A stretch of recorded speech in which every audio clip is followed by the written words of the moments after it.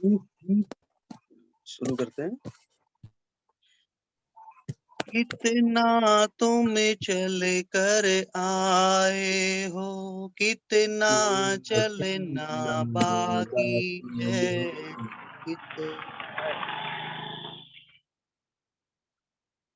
और साधना बाकी है।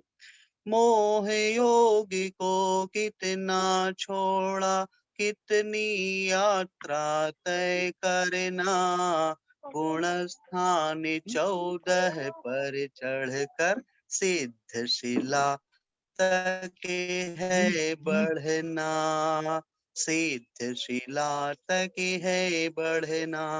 परम पूज्याचार्य भगवंत गुरुवर श्री विद्यासागर जी महामुनिराज की, पूज्य मुनि श्री निर्दोष सागर जी महाराज की, पूज्य मुनि श्री निर्लोभ सागर जी महाराज की, पूज्य मुनि श्री दुर्लभ सागर जी महाराज की, 3 करोड़ महामुनिराजों की। धर्म स्नेही बंधुओं, हम लोग यहाँ पर गुणस्थान की क्लास पिछले कुछ महीनों से हमारी ये वार्ता चल रही है, जिसमें आद्योपांत हम लोग इस स्वाध्याय को कर चुके हैं। पुनः इसमें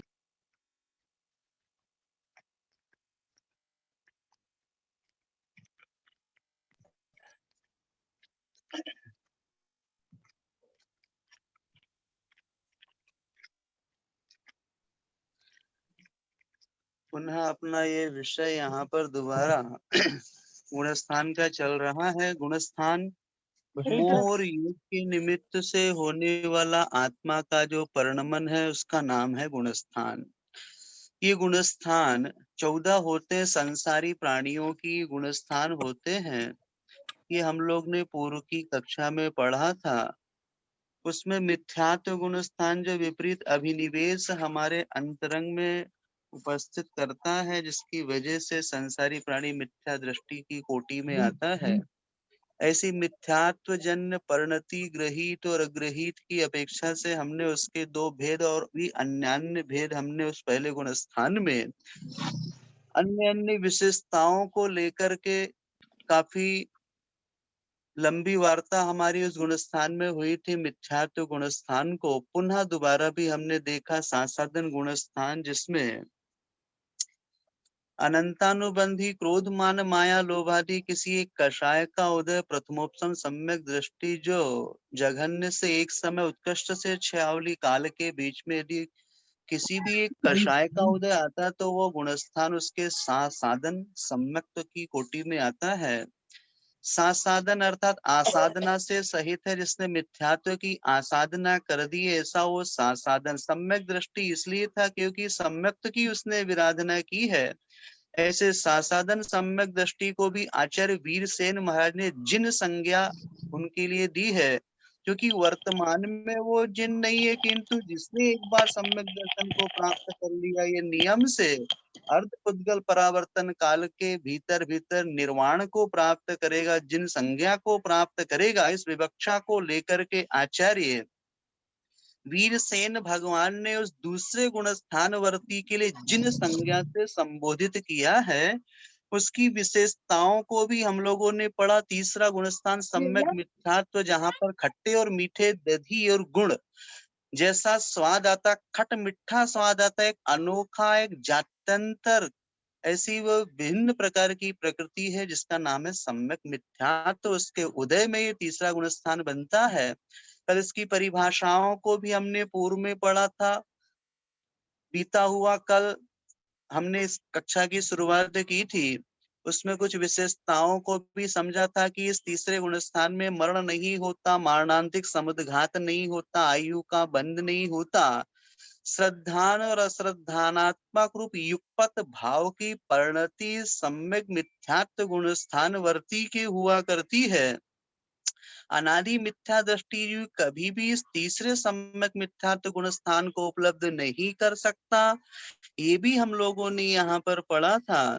और सम्यक मिथ्यात्व गुणस्थान वाला देश संयम और सकल संयम को प्राप्त नहीं होता। मिश्र गुणस्थान अर्थात यहाँ पर सम्यक मिथ्यात्व गुणस्थान में मिश्र ज्ञान हुआ करते हैं। और साथ में ये भी पढ़ा था कि नाना जीवों की अपेक्षा कम से कम एक समय और अधिक से अधिक पल के असंख्यातवें भाग काल तक ऐसा हो सकता है कि कोई भी सम्यक दृष्टि जीव इस गुण स्थान में न होवे, अंतर से सहित सांतर मागना की अपेक्षा अपन ने समझा था। और सम्यक मिथ्यात्व गुण स्थान सादी मिथ्या दृष्टि जीव ही प्राप्त करते हैं, अनादि कोई उपलब्ध नहीं होता। तीर्थंकर प्रकृति की सत्ता वाला जीव इस तीसरे गुण स्थान को प्राप्त नहीं करता। ये कुछ विशेषताओं को लेकर के हमने यहाँ पर समझा था। आरोहण अवरोहण की अपेक्षा से भी तीसरे गुण स्थान की चर्चा हमारी पूर्व की कक्षा में हुई थी। सम्यक दृष्टि जीव साक्षी जैन तेंदुखेड़ा से कह रही है सम्यक दृष्टि जीव। सम्यक दृष्टि जीव के माने जिसके सम्यक दर्शन अर्थात उसके आत्मा का जो गुण है सम्यक दर्शन, उसका प्रादुर्भाव हुआ, उसको सम्यक दृष्टि जीव कहते हैं। और उसका विपरीत मिथ्या दृष्टि जीव, ऐसा यहाँ पर समझना। हम जब बार बार इसकी पारायणा करते हैं, मिथ्यात्व क्या होता है, सम्यक तो क्या होता है, सम्यक तो जब हम बार बार इसको पढ़ते हैं, सुनते हैं, गुनते मंथन चिंतन में लेकर गुरुओं के सानिध्य में आकर के प्रच्छना आदि जब स्वाध्यायों को हम अपने जीवन का एक अभिन्न अंग बनाते हैं, तो निश्चित ही ऐसे इन विषयों पर हम अपना अधिकार स्थापित कर सकते हैं। क्योंकि ये विषय जब तक हमारे पढ़ने में नहीं आया, कठिन सा भाषित होता है, किंतु यदि हमारी होती है तो अवश्य ही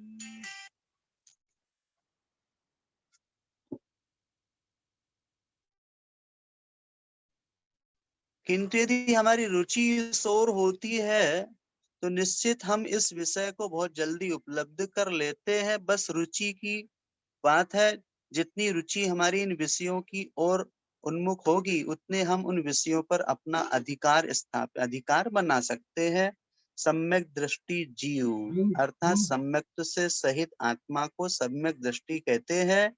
हम आगे चलेंगे, जब चौथे गुण स्थान की चर्चा करेंगे, सम्यक दृष्टि जीव क्या होता, कैसा होता, आदि आदि उस विषय को चौथे गुणस्थान में समझेंगे। अभी हम पूर्व का गुणस्थान तीसरा सम्यक मिथ्यात्व की हमारी आरोहण और अवरोहण को लेकर के अपनी वार्ता चल रही। कल का विषय थोड़ा हम विषय रिवाइज कर रहे हैं। तीसरे गुणस्थान से चौथे गुणस्थान को और पांचवें गुणस्थान को जाया जा सकता है। ये आर्य ऊपर और नीचे की अपेक्षा से ऐसा यहाँ पर समझना।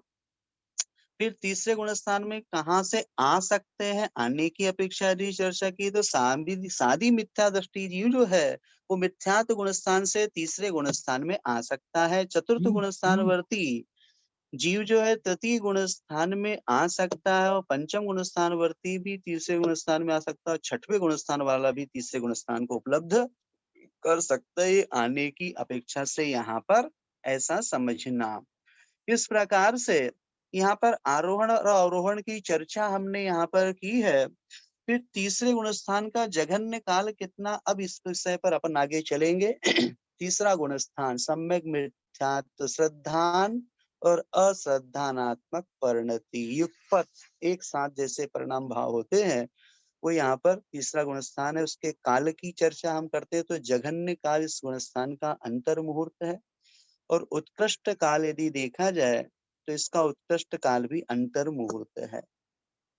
अंतर मुहूर्त के बाद वो तीसरे गुण स्थान वर्ती जीव जो है वो या तो प्रथम गुण स्थान को, अथवा यदि विशुद्धि यदि बढ़ जाती तो उसके लिए चतुर्थ गुण स्थान को भी प्राप्त वो कर सकता है। सम्यक तो प्रकृति का यदि उदय हो जावे तो सम्यक तो प्रकृति के सद्भाव में वो चतुर्थ गुण स्थानवर्ती बन जाएगा। यदि इसकी विशुद्धि और घट जाती है, संक्लेश रूप परिणाम होते, तो मिथ्यात्व गुण स्थान को भी वो स्पर्श कर सकता है अंतर मुहूर्त काल के बाद। जघन्य और उत्कृष्ट दोनों ही काल इसका अंतर मुहूर्त ऐसा यहाँ पर समझना। फिर उसके उपरांत अपन यहाँ पर देखे कि इस गुण स्थान के भेद, तीसरे गुणस्थान मिश्र गुणस्थान के कुल कितने भेद हैं, तो यहाँ 5 भेदों की चर्चा अपन यहाँ पर करेंगे।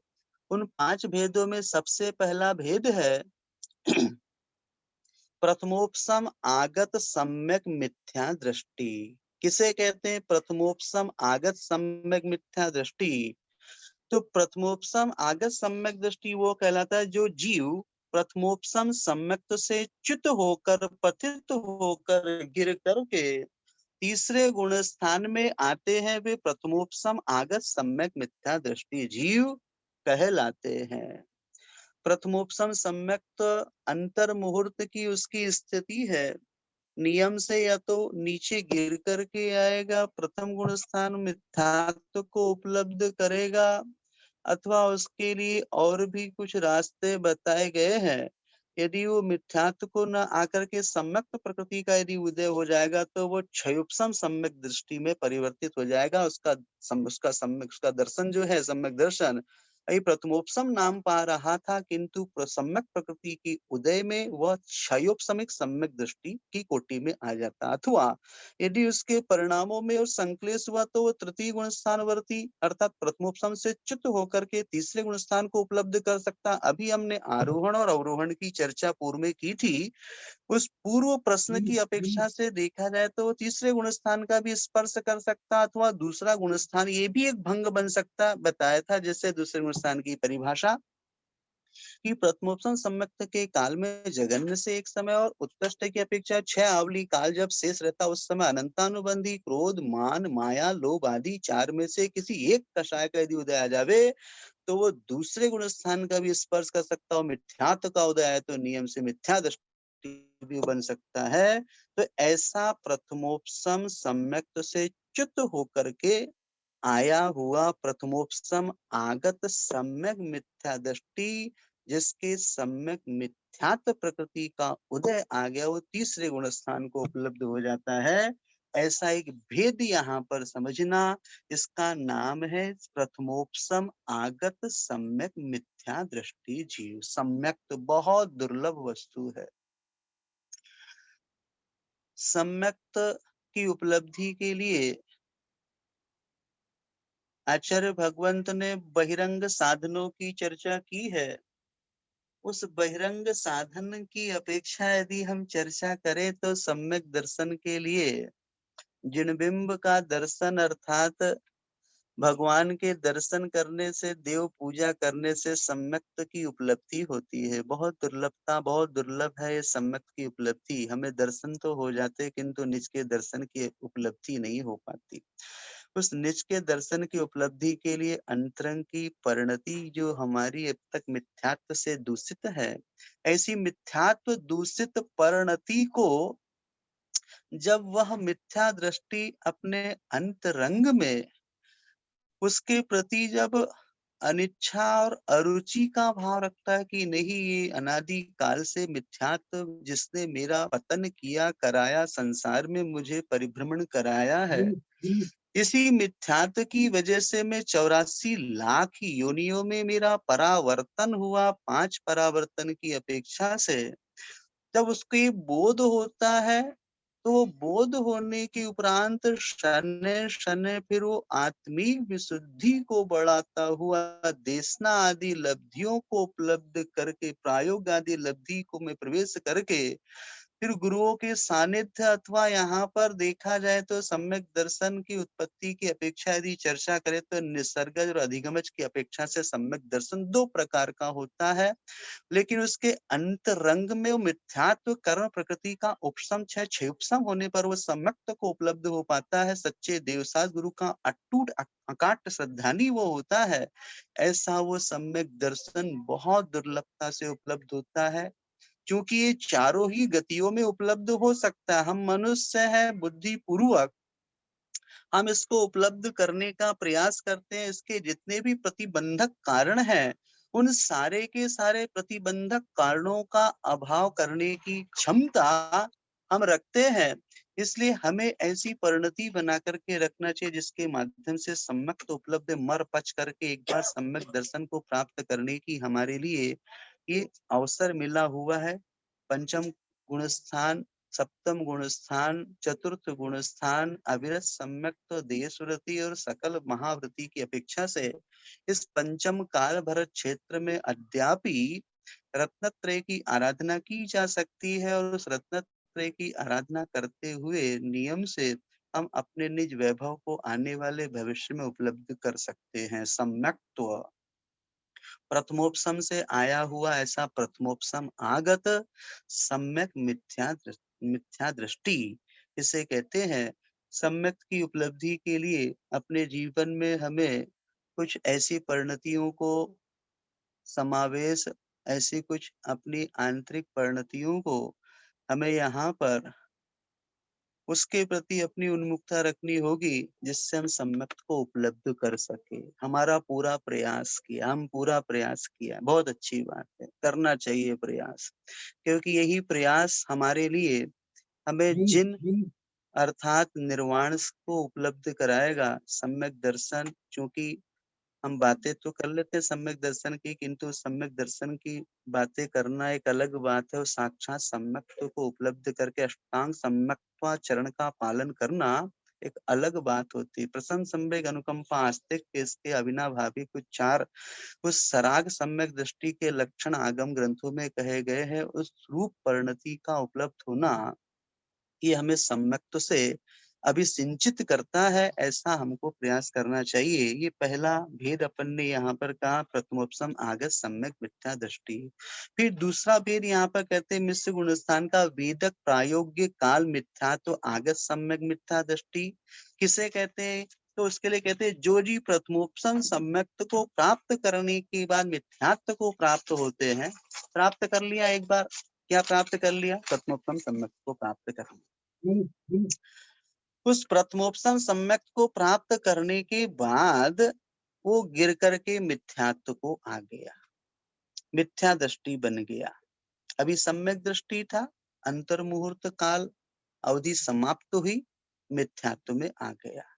ऐसे जीवों की सत्ता में, क्योंकि जिस समय उसने उस प्रथमोपसम सम्यक दर्शन को प्राप्त किया था, तो मिथ्यात्व के तीन टुकड़े करके मिथ्यात्व सम्यक तो प्रकृति, इन तीनों की सत्ता उसके पास में है। ऐसा वो जीव मिथ्यात्व को उपलब्ध हो गया, तो ऐसे उस जीवों की सत्ता में सम्यक्त्व की विरोधी जो अनंतानुबंधी क्रोध मान माया लोभ मिथ्यात्व सम्यक मिथ्यात्व या सम्यक, इन सात प्रकृतियों का सत्व वहां पर पाया जाता है, जिनके वेदक प्रायोगिक काल के अंदर वो सम्यक मिथ्यात्व प्रकृति का यदि उदय आ जावे, उन्हें वेदक प्रायोगिक मिथ्यात्व आगत सम्यक मिथ्या दृष्टि कहते हैं।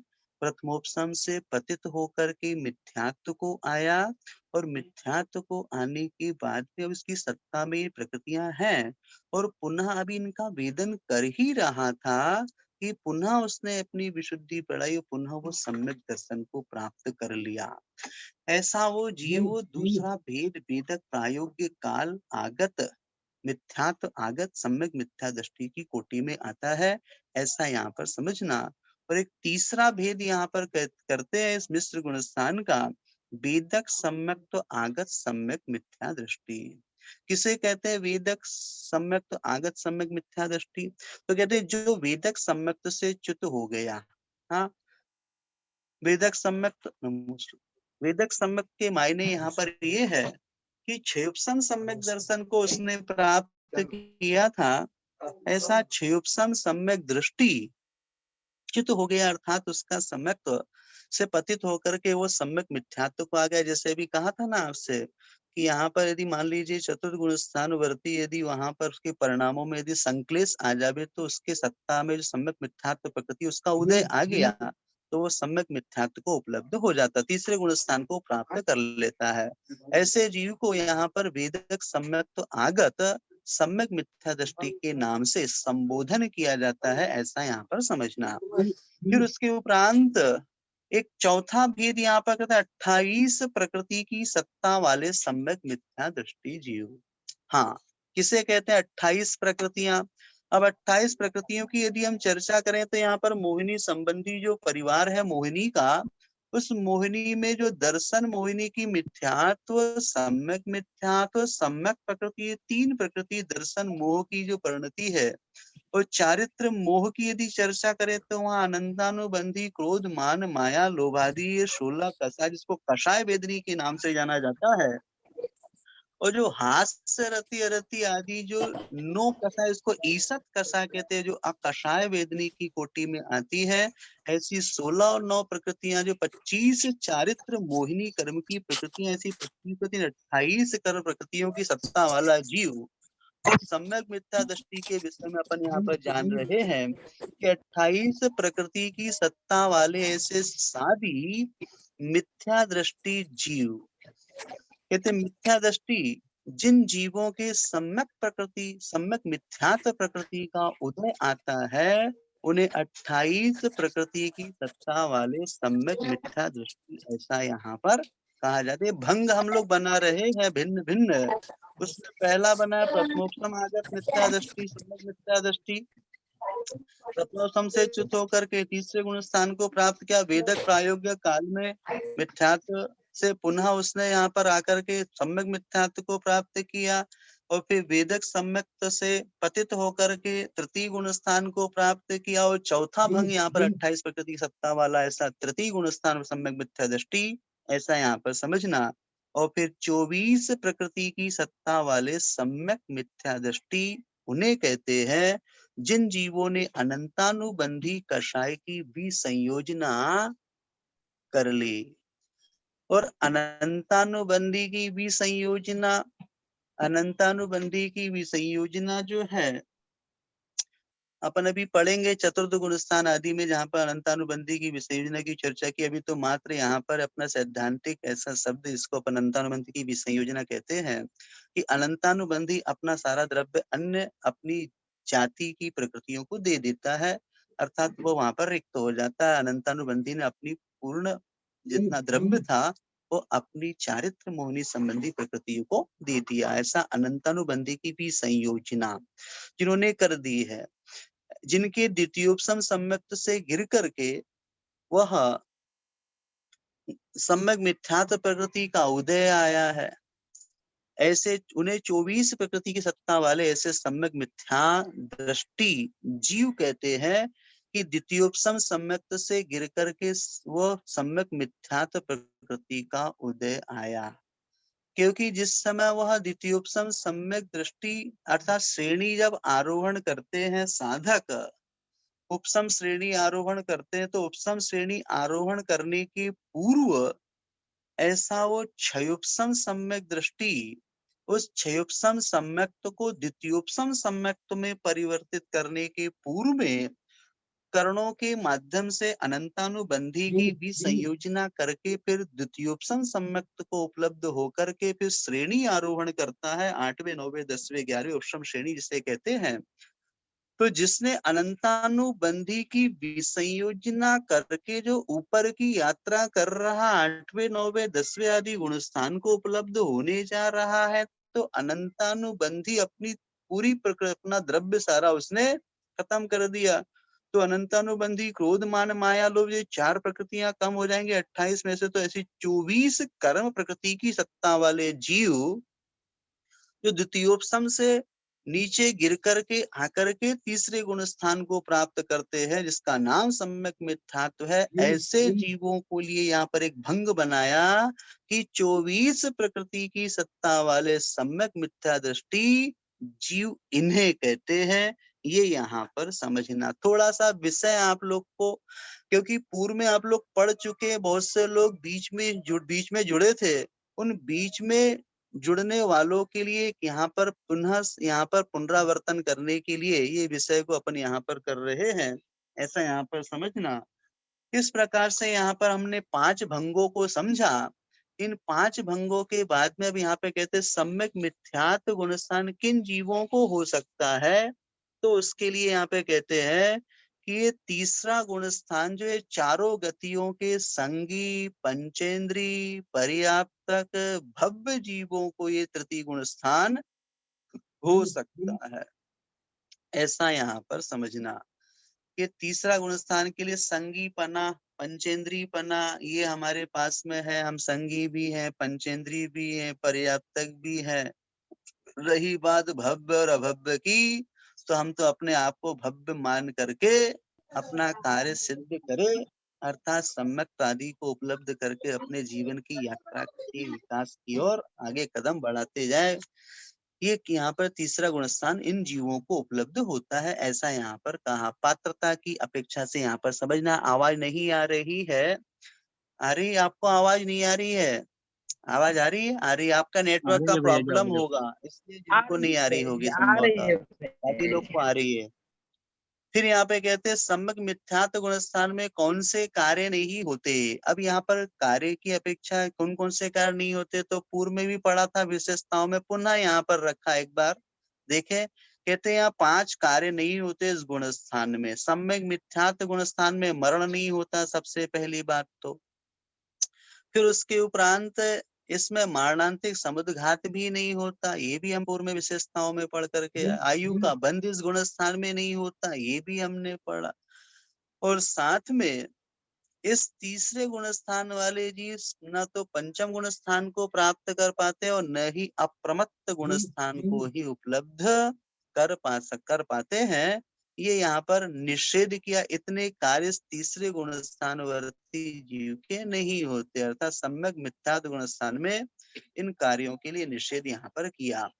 फिर उसके उपरांत अपन यहाँ पर देखे सम्यक मिथ्यात्व गुणस्थान वाले जीव का किस गुणस्थान में मरण होता है, तो यहाँ पर मिथ्यात्व गुणस्थान में अर्थात अविरत सम्यक्त गुणस्थान में जाकर के मरण होता है। जब मरण नहीं होता, निषेध किया, तो फिर कब मरण होगा, तो यहाँ पर या तो मिथ्यात्व गुणस्थान में आकर के उसका मरण होगा, अथवा अविरत सम्यक चतुर्थ गुणस्थान को उपलब्ध करके फिर उस गुणस्थान में उसका मरण होगा, ऐसा यहाँ पर समझना। मिथ्यात्व में जाकर कौन मरण करता है, तो जिसने पहले मिथ्यात्व गुणस्थान में आयु बांधी थी, वह जीव मिथ्यात्व में आकर मरण करता है। आयु का बंद किया था उसने, और आयु का बंद करने के उपरांत अब वही जीव जब यहाँ इस गुणस्थान को प्राप्त करेगा तो आकर के उसका मरण यहाँ पर होगा, ऐसा यहाँ पर समझना। और सम्यक्त में जाकर मरण कौन मरण करता है, तो जिसने पहले सम्यक्त अवस्था में आयु बांधी थी, वह जीव सम्यक्त में जाकर मरण करता है। ये यहाँ पर उन जीवों की अपेक्षा चर्चा की कि मिथ्यात्व में जाकर कौन मरण करता है और सम्यक्त में जाकर के कौन मरण करता है, ये यहाँ पर समझना। फिर उसके उपरांत यहाँ पर कहते हैं, क्या तृतीय गुणस्थान में अंतर मुहूर्त काल रहने के बाद पुनः प्रथमोपसम सम्यक तो प्राप्त हो सकता है, ऐसी किसी की जिज्ञासा होने पर समाधान देते हैं कि तृतीय गुणस्थान में अंतर मुहूर्त काल रहने के बाद जीव को प्रथमोपसम सम्यक तो प्राप्त नहीं हो सकता, क्योंकि मिथ्या दृष्टि जीव को ही प्रथमोपसम सम्यक तो प्राप्त होता है, ऐसा यहाँ पर। प्रथमोपसम किससे उपलब्ध होता है? प्रथमोपसम उसे होता है कि जो मिथ्या दृष्टि था, ऐसा वो अनादि मिथ्या दृष्टि जिसने आज तक सम्यक को प्राप्त नहीं किया, वही इस सम्यक दर्शन को, जिसका नाम प्रथमोपसम सम्यक दर्शन है, उसे वो उपलब्ध करता है। फिर एक और शंका करते, तृतीय गुण स्थान से चतुर्थ गुण स्थान में जाने वाले जीव की कौन सा सम्यक तो होगा, तो तीसरे गुण स्थान से चतुर्थ गुण स्थान में जाने वाले जीव के छायोपशमिक सम्यक्त ही होगा, क्योंकि उसके सम्यक्त प्रकृति का उदय जो चल मल अगाड़ दोष लगाती है, किंतु सम्यक्त हमारा वहां पर मलिन सम्मक्त के नाम से ग्रंथों में उसके लिए संबोधन किया है। मलिन के मायने चलमल अगाड़ दोष से दूषित होता है, लेकिन सम्यक्त होता है ऐसा छायोपशमिक सम्यक दृष्टि ही आगे चल करके वो छायिक में उसको परिवर्तित करके यहाँ पे समझना। कल ये प्रश्न आया था, बहुत अच्छा। फिर कहते तृतीय गुण स्थान में कितने योग पाए जाते हैं? तीसरे गुण स्थान में 4 मन के, 4 वचन और औदारिक काय और वैकृिक काय से 10 योग पाए जाते हैं। योग मार्गणा की यदि हम विवक्षा करें तीसरे गुण स्थान को लेकर के, तो कितने योगों की यहाँ व्यवस्था बनेगी, तो कहते 4 मनोयोग है। 4 मनोयोग हम लोग ने पढ़े, पूर्व में शायद पढ़ा था अपन ने पूर्व की कक्षाओं में, कि वहां पर मनोयोग के विषय में हमने पढ़ा, सत्य सत्य मनोयोग, असत्य मनोयोग उभय और अनुभय की अपेक्षा से ये 4 भेद अपन लोग करते हैं, उसी प्रकार वचन के भी सत्य सत्य उभय अनुभव की अपेक्षा से और औदारिक काय और वैकृक काय ये 10 योग यहाँ पर तीसरे गुण स्थान में पाए जाते हैं। इस प्रकार से अपनी यहाँ पर ये तीसरे गुण स्थान के संदर्भ में चर्चा हमारी यहाँ पर समाप्त हुई। इस तीसरे गुण स्थान को अपन पिछले कुछ दिनों पूर्व अपनी चर्चा चल रही थी, फिर कल से हमारी क्लास की यहाँ पर शुरुआत हुई और वह प्रतिदिन अपना विषय चल रहा है। अच्छा है, आप लोग भी रुचि के साथ बहुत जल्दी स्वाध्याय में आप लोग जुड़ गए। कल की अपेक्षा अपने जितने भी श्रोता है स्वाध्याय वाले, उनकी संख्या में बढ़ोतरी हो गई है। 90 लोग लगभग, कल तो 82 थे, आज 90। आज लोगों को जानकारी मिल गई, आप लोगों ने बहुत अच्छा कार्य किया, बता दिया, अभी यह क्लास शुरू हो गई है। तो जो लोग जिन्हें जानकारियां नहीं थी वे लोग भी धीरे धीरे जुड़ते जा रहे हैं। इस प्रकार से इस तीसरे गुणस्थान की वार्ता हमारी यहाँ पर हुई। हम आगे चलते हैं। प्रतिदिन की भांति आप लोग को एक प्रश्न दिया जाता है, उस प्रश्न का उत्तर आप लोग को देना। जो भी प्रश्न का उत्तर देना चाहते हैं वो अपना राइजन कर सकते हैं। रोहित जी, कल के प्रश्न का उत्तर।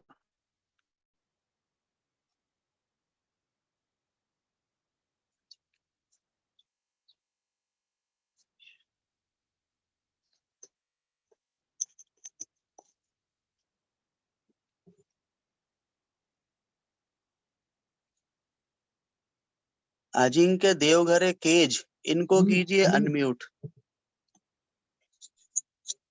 वंदना भैया जी। जय जिनेन्द्र, बोलिए। प्रश्न, स्वभाव अनित्य अशुद्ध पर्यायर्थिक नय किसे कहते हैं? उत्तर, जो जी। जो नय एक ही समय में उत्पाद, व्यय और द्रव्य से युक्त सत्ता को विषय बनाता है उसे स्वभाव अनित्य अशुद्ध पर्यायर्थिक नय कहते हैं।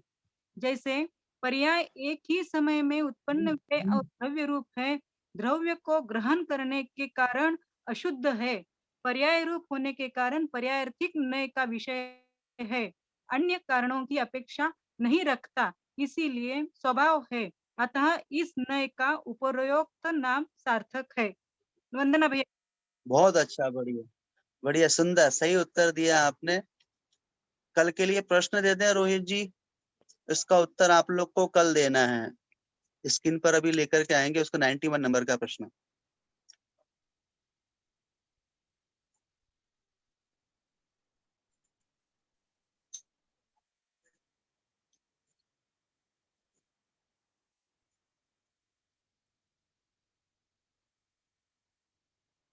क्वेश्चन नहीं मिला बाद में ग्रुप में, कोई बात नहीं, क्वेश्चन आपको भेज दें ग्रुप में, वहां से देख लीजिएगा, कल आपको उसका उत्तर देना है। अभी अपनी क्लास के बाद आपके पास आ जाएगा।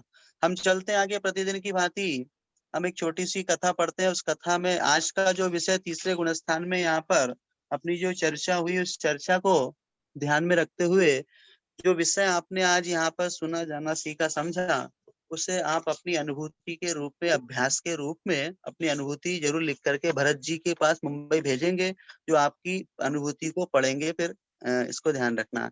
चलते हैं, यहाँ पर कथा है हमारी। रोहित जी, प्रतिदिन की भांति जो कथा दी जाती है उसको स्क्रीन पर लेकर के आए। परोपकारी सर्प क्रोधी मनुष्य, कथा का शीर्षक है परोपकारी सर्प और क्रोधी मनुष्य। यदि सर्प और परोपकार, क्या ये संभव है? जिसके रग रग में विष भरा है, जो साक्षात मौत का बुलावा है, जिसका नाम ही कमजोर दिलों में दहशत पैदा करना है, क्या वह किसी का भला कर सकता है? किसी मुसीबत में पड़े व्यक्ति की मदद कर सकता है सर्प? तो सुनिए, एक सर्प युगल की परोपकारी घटना। मैंने ये घटना एक किताब में पढ़ी थी। एक व्यक्ति का एक पैर कटा था। गांव के किसी व्यक्ति ने एक बार उससे पूछा कि आपका एक पैर कैसे कट गया, कैसे कट गया है? तब उस व्यक्ति ने अपने एक पैर कटने की घटना सुनाई। उसने कहा कि मैं ऊंट का व्यापारी था। एक दिन मैं अपने ऊंटों को चराने जंगल ले गया और उसमें से एक ऊंट मुझे मार डालने के लिए मेरी ओर लपका। मैं अपनी जान बचाने के लिए भागने लगा। ऊंट भी मेरा पीछा कर रहा था। मैं उसकी निगाह से ओझल होने के लिए झाड़ियों के झुंड में जा घुसा। मुझे झाड़ी में घुसते हुए ऊंट ने देख लिया था, अतः वह भी वही चक्कर काटने लगा। मैं झाड़ियों में छुपे एक कुएं में धड़ाम से जा गिरा। उस कुएं में पानी नाम मात्र को था। कुएं में गिरते ही मेरे होश हवास उड़ गए, क्योंकि मुझे वहां दो भयानक सर्प दिखाई दिए। लेकिन मैंने तुरंत क्या देखा कि छोटा वाला एक सर्प कुएं से बाहर आया और जो ऊंट मुझे मारने के लिए चक्कर लगा रहा था उसको जाकर डस लिया। बस क्या था, देखते ही देखते विष उसके सारे शरीर में फैल गया और ऊंट धरती में गिर गया। उसके प्राण निकल गए। दूसरा बड़ा सर्प था, वह भी बाहर निकला और झाड़ी की एक मजबूत टहनी से लिपटकर पूंछ वाले हिस्से को मेरे सिर पर हिलाने लगा। पहले तो मैं घबराया, फिर बहुत देर में उसका मतलब समझ मैंने उसकी पूंछ पकड़ ली और जल्दी से बाहर निकल गया। बाहर आकर मैंने देखा तो वही ऊंट जो मुझको मारने की कोशिश कर रहा था मृत पड़ा हुआ था। उसको देखकर मुझे बहुत गुस्सा आया और मैंने उसको बहुत जोर से एक पैर मार दिया। जिससे द्वेष था तो उसके मरने के बाद भी गुस्सा आता है, जिससे राग होता है जो मरने के बाद उसके भी पैर पड़ते हैं, मगर उल्टा असर हो गया। वो ऊंट सर्प के जहर से इतना गल गया था कि मेरा पैर उसके मांस में जाकर घुस गया। मैंने शीघ्रता से अपना पैर निकाला, किंतु विष मेरे शरीर में जमकर फैलने लगा था। मेरा भाई मेरे साथ था। जब उसने मेरी ऐसी हालत देखी तो कुल्हाड़ी से मेरा एक पैर काट डाला। पुण्य के प्रभाव से क्रोधी समझे जाने वाले सर्पों ने मनुष्य की प्राण रक्षा की, किंतु क्रोध के कारण मनुष्य को अपनी टांग गंवानी पड़ी। क्रोध सचमुच बुरी बात है। इस कथानक की शिक्षा को अपन यहाँ पर समझते हैं। जब सर्प भी परोपकार कर सकता है तो मनुष्यों को भी करना चाहिए। ये कथा का यहाँ पर इस कथा से शिक्षा को हम ग्रहण कर सकते हैं। आप लोगों ने भी इस कथा को सुना, ग्रुप में आपके पास यहाँ पर आ जाएगी रिकॉर्डिंग, और साथ में यह अपनी ये जो इसका फोटो भी आ जाएगा। इसको पुनः पढ़ करके कल आपको इस कथा से आपने क्या शिक्षा ग्रहण की वो अनुभूति भी आप भरत जी के बाद मुंबई भेजेंगे।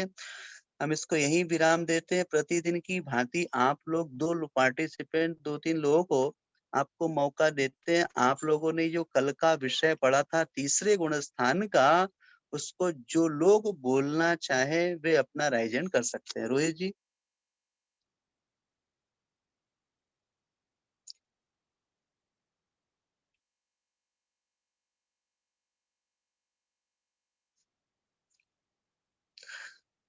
सपना जी, किरण सिरगुप्पे और वाड़, इनको अनम्यूट कीजिए। वंदना भैया, जय जिनेन्द्र। ये तीसरा गुणस्थान है सम्यक मिथ्यात्व गुणस्थान। इसमें मिश्र रूप परिणाम होते हैं जीवों के। वीतरागी भगवंतों की तरफ ही उनकी आस्था होती है और सरागी देवों की तरफ भी उनकी आस्था होती है। ये मिश्र परिणति है। सम्यक मिथ्यात्व कर्म के उदय से गूढ़ मिश्रित दही के स्वाद के समान होने वाले परिणामों को सम्यक मिथ्यात्व गुणस्थान कहते हैं। इसकी विशेषता आपने बताई है। 30 सेकंड ध्यान रखना। हाँ, सम्यक मिथ्यात्व गुणस्थान में मरण नहीं होता। सम्यक बहुत अच्छा, बढ़िया, सुंदर।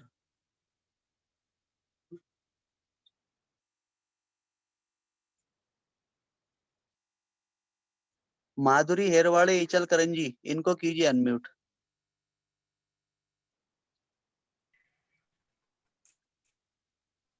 जी। जय जिनेन्द्र। वंदना भैया जी। जय जिस जिनेन्द्र गुणस्थान में बोलिए। सम्यक और मिथ्या तो दोनों, हाँ, जिस गुण स्थान में सम्यक और मिथ्यात्व दोनों मिश्र रूप सद्धान पाया जाए उसे सम्यक मिथ्यात्व गुण स्थान कहते हैं। जैसा खट्टा दही और मीठे गुड़ के स्वाद दोनों मिलाने पर होता है वैसा इस गुण स्थान में मरण नहीं होता, आयुबंध नहीं होता, मारांतिक समुद्घात नहीं होता। इस गुण स्थान वाला देश संयम या सकल संयम को प्राप्त नहीं होता। तीर्थंकर प्रकृति की सत्ता वाला जीव इस गुण स्थान को प्राप्त नहीं होता। इसमें श्रद्धान और अश्रद्धान युगपत होता है, मिश्र ज्ञान होता है। बहुत अच्छा, बढ़िया। राजकुमार जैन जी बिलासपुर, इनको कीजिए अनम्यूट।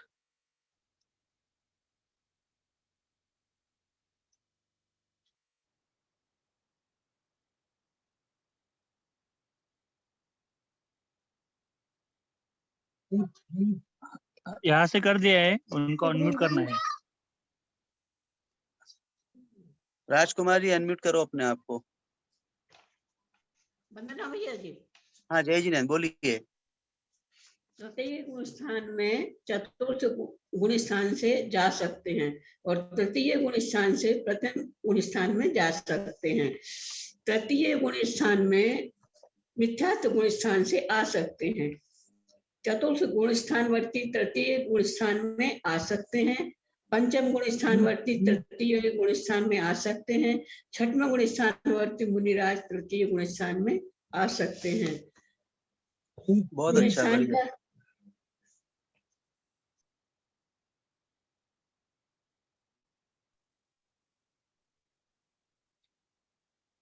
सरोजी नरेश जैन ग्वालियर, इनको कीजिए अनम्यूट।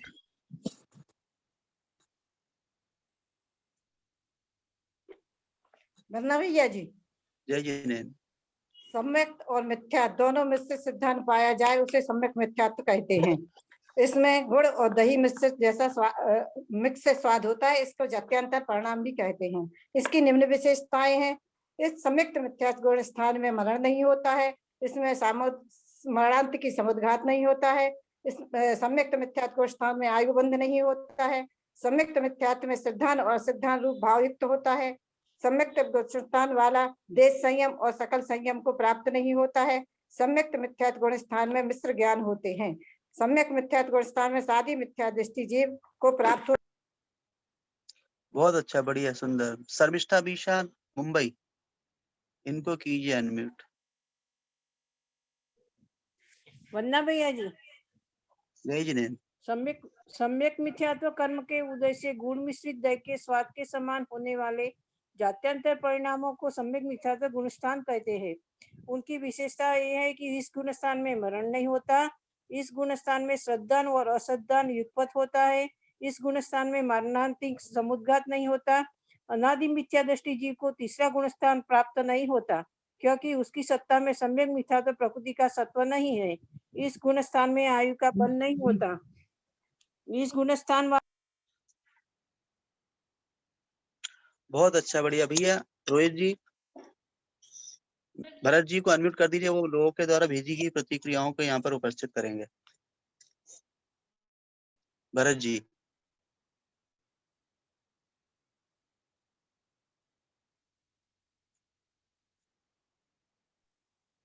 वंदना भैया जी। जय जी नैन बोलिए। भैया जी, मेरे पास में जो 4 फरवरी को जो प्रतिक्रिया प्रस्तुत करनी थी उनमें 8 लोगों के आए थे, उनके नाम बोल देता हूँ मैं जी। एक तो कांता आवटे जैन इचल करंजी से, उन्होंने गुणस्थानक और कथा जो गोपाल कृष्ण गोखले के बारे में थी उन दोनों के बारे में लिखा था। कुमकुम मेहता ने कथा के बारे में लिखा था। मनोरमा जी गांधी ने गुणस्थानक के बारे में लिखा था। विद्युत प्रभा जी जैन नागपुर वालों ने कथा के बारे में लिखा था। आरती पुणे ने कथा और गुणस्थानक दोनों के बारे में बहुत अच्छा लिखा था। और सुगानी जी कोलकाता ने गुण कथा और गुणस्थानक दोनों के बारे में लिखा था। फिर माधुरी विद्याधर हेरवाड़ी इचल करंजी से, उन्होंने गुणस्थानक और कथा दोनों के बारे में लिखा था। और आशीष जी जैन, आशीष मनोज जैन नागपुर से, उन्होंने कथा और गुणस्थानक के बारे में लिखा था। सभी ने अच्छा लिखा था। और भैया जी मेरे पास में 7 तारीख को सुनीता जैन कटनी का फोन आया था और उन्होंने बोला कि मेरा स्वास्थ्य खराब था, इसके लिए मैं समय से प्रतिक्रिया नहीं भेज पाई। अब अगर आप अनुमति देते तो अभी भेज देती हूँ। तो मैंने हाँ कहा हाँ कि क्लास बंद हो गया है, आप तो भेजिए, जब जी क्लास चालू होगा तब मैं पढ़ लूंगा। हाँ, जी आपकी होती तो उन्होंने भेजा था। फिर 7 तारीख को 8 तारीख को उन्होंने मेरे को मैसेज भेजा है कि जी क्षमा करें भैया, कल मैं आपकी परमिशन पाकर कहानी का संक्षिप्तीकरण तक लिखने के बाद कहीं रात न हो जाए, अंततः शाम का भोजन करने चली गई। लौट कर आकर देखा तो सब कुछ लिखा पानी में बह गया, यानी डिलीट हो गया। अब पुनः लिखने का प्रयास कर सोच रही, आज तो एक ही सिटिंग में पूरा करके दम लूंगी, भले ही सर्दी पराकाष्ठा पर है, देखो क्या होता है। और उसके बाद में 2-3 घंटे बाद में उनकी प्रतिक्रिया आई, गोखले जी के बचपन पर नाज। उन्होंने लिखा है कि यदि देशभक्ति और सत्यनिष्ठा का सरोवर देखना हो तो पूत के गुण पालने में ही दिख ही गए। गोखले जी में जिन्होंने प्रश्न का उत्तर लिखने में मित्र की सहायता लेकर जीतने पर प्रसन्न होने की बजाय रोने पर कारण पूछने जाने पर उनने सच्चाई बताई, तब मास्टर जी ने सत्यनिष्ठा पर प्रसन्न होकर पुरस्कार लेने के लिए मजबूर किया।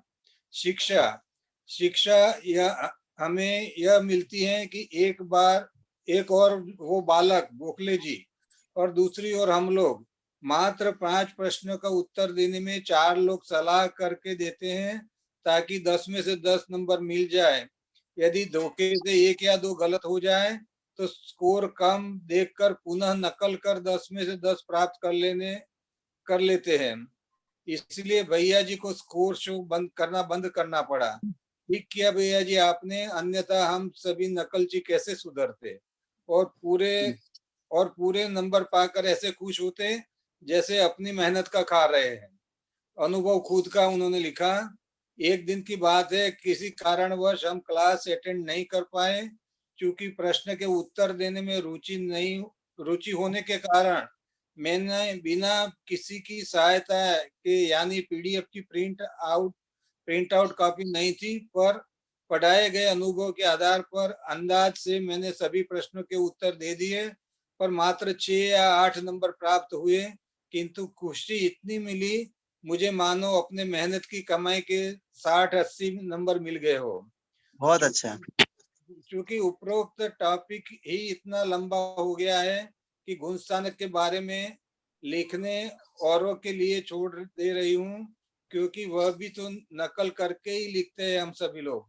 अतः शुभकामनाओं के साथ उत्तम क्षमा, अति शीघ्र क्लास प्रारंभ हो ऐसी भावना के साथ, सुश्री सुनीता जैन कटनी।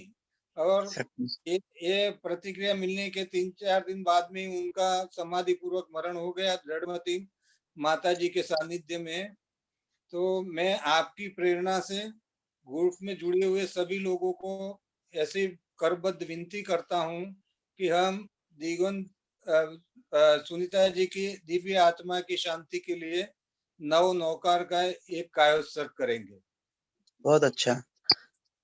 हमेशा वो पढ़ने के प्रति तैयार रहती थी, हमेशा बोलने के लिए भैया जी मुझसे पूछो कहती थी। नेमावर भी आई थी, आचार्य श्री का आशीर्वाद लिया उन्होंने। उनकी बहन बाल ब्रह्मचारिणी अनिता दीदी कटनी, उनकी वो बहन थी और वो आई भी थी यहाँ। मैं नहीं था, इत्तेफाक से मैं सनावद में था पूज्य मुनिश्री निर्दोष सागर जी, निर्लोक सागर जी के पास में। और वो यहाँ पर थोड़ा अस्वस्थ हुई, गिर गई थी, और फिर गिरने के बाद फिर इंदौर उनको लेकर के गए। फिर बाद में माता जी का सानिध्य मिला, दृढ़मती जी का उनको। अच्छा उनके भाव थे, जिनवाणी के प्रति उनकी अभिरुचि रहती थी। बार बार वो कहती थी भैया मुझे ये पढ़ना है, मुझे ये बताइए। बहुत अच्छा उनका भाव था। आचार्य श्री का भी उनको आशीर्वाद मिला। हम लोग स्वाध्याय के बाद में आप लोग नौबा नमोकार पढ़ेंगे। भैया और कोई प्रतिक्रिया आज की? आज की प्रतिक्रिया है, 3 लोगों ने भेजी है, जी मैं पढ़ता हूँ। पहले तो विद्युत प्रभा जी जैन नागपुर से लिखती है कि 22 दिन के पश्चात मानो अमृत मिल गया। सकारात्मक सोच रहे तो खराब जगह से भी अच्छी सीख मिल सकती है। कोई भी क्षेत्र हो, कोई भी काल हो, कोई भी प्राणी हो, प्रत्येक में कोई न कोई गुण अवश्य पाया जाता है। उसे खोजना ही हमारी योग्यता है। चारों दिशाओं में जाने वाला व्यक्ति कुछ भी हासिल नहीं कर सकता, इसीलिए व्यक्ति का लक्ष्य निर्धारित होना चाहिए। पाप से बचे, अन्यथा फल तो भोगना ही पड़ेगा। जीवन के अंतिम श्वास के पहले हमें अपने लक्ष्य को प्राप्त कर लेना ही चाहिए। गृहीत मिथ्यात्व को त्याग कर वितरागी देवशास्त्र गुरु की शरण में जाना चाहिए, यही हमारा लक्ष्य होना चाहिए। फिर कांता आवटे जैन इचलकरंजी से लिखती है, भैया जी आपके और अन्य स्वाध्याय प्रेमी धर्मात्माओं के आचार्य श्री को और अन्य मुनिराजों को निरंतराय आहार दान देने के सुअवसर पर कांता जी ने बहुत बहुत बधाई दी है और आहार दान की बहुत बहुत अनुमोदना की है। फिर वो लिखती हैं, आप लिखती हैं कि भैया जी के मुखारविंद से स्वाध्याय सुनने के लिए हम प्रतीक्षारत थे और कान आतुर थे। आज स्वाध्याय सुनकर बहुत बहुत खुशी हुई। इस प्रकार हर रोज क्लास चलती रहे, ऐसी कामना करती हूँ। तीसरे गुण स्थानक की उन्होंने परिभाषा, इस गुण स्थानक की विशेषताएं, इस गुण स्थानक में कहाँ से आ सकते हैं और यहाँ से कहाँ जा सकते हैं, इसका सुंदर वर्णन किया है। यह गुण स्थान स्थानांतर है, इस गुण स्थान में कोई भी जीव न पाया जाए, यह संभव है, इत्यादि विशेषताओं उन्होंने लिखी है। और कथा के बारे में वो लिखती है कि 4 साधु की कथा से यह सीख मिलती है कि आत्म कल्याण की तीव्र अभिलाषा अगर है तो कोई भी स्थान आदि बाह्य निमित्त हमारा बाल भी बांका नहीं कर सकते। अंतरंग की तीव्र इच्छा और वर्तमान का पुरुषार्थ दोनों मिलकर कार्य सिद्धि के पथ पर ले जाते हैं और क्रम से कार्य की सिद्धि करते हैं। फिर वो मंजू उमाटे जैन नागपुर से लिखती है आप कि यह गुण स्थान मिली जुली अवस्था है, दही और गुड़ के समान। यह श्रद्धा न तो सम्यक रूप है न तो मिथ्यात्व रूप। इस गुण स्थानक में मरण नहीं होता, मरणांतिक समुद्घात नहीं होता, श्रद्धान और अश्रद्धान के भाव युगपत रहते हैं, इत्यादि विशेषताओं को उन्होंने लिखकर भेजा है। संश्लेष परिणामों की वजह से यहाँ से जीव प्रथम गुण स्थानक में जाता है। हमें सम्यक दर्शन है कि नहीं यह समझना दूसरों के मति श्रुत ज्ञान का विषय नहीं है, वह तो आचरण में ही नजर आता है। आचार्यों ने कहा है कि जैसे बने वैसे सम्यक दर्शन प्राप्त करना चाहिए।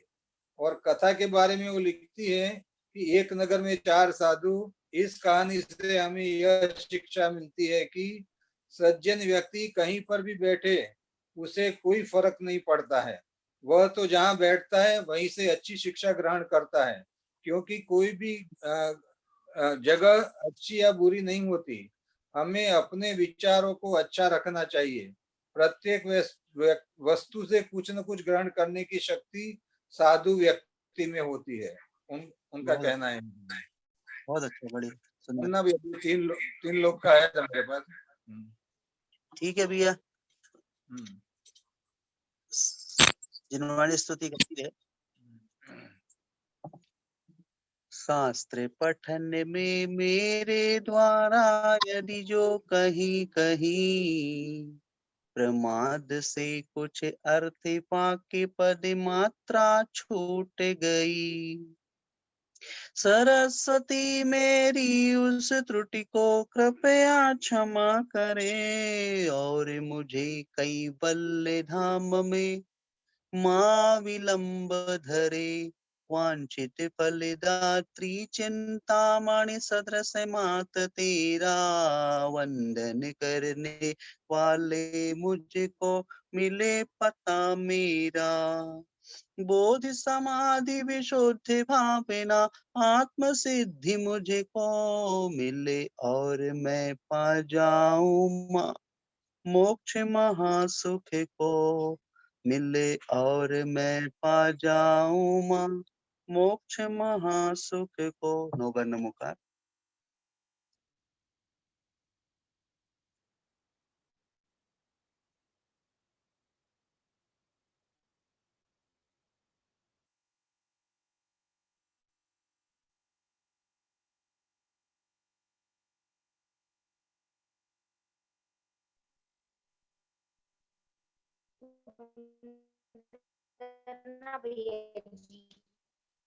आप सभी लोग जो माला कर रहे हैं, आचार्य भगवंत गुरुवर श्री विद्यासागर जी महामुनिराज के स्वास्थ्य निमित्त वैश्विक बीमारी में जो लोग पीड़ित हो रहे हैं, वो सभी लोगों को आरोग्य का लाभ मिले, सभी साधु संतों को इसका लाभ मिले। इसलिए आप लोग जो ओम ह्रीम हरम श्री पारुषनाथ जिनेन्द्राय नमो नमः की जाप कर रहे हैं, बहुत बहुत साधुवाद। आप लोगों के द्वारा बहुत अच्छा प्रतिसाद मिल रहा है। संपूर्ण भारत देश के पूर्व पश्चिम उत्तर दक्षिण से आप लोग ये कार्य कर रहे हैं।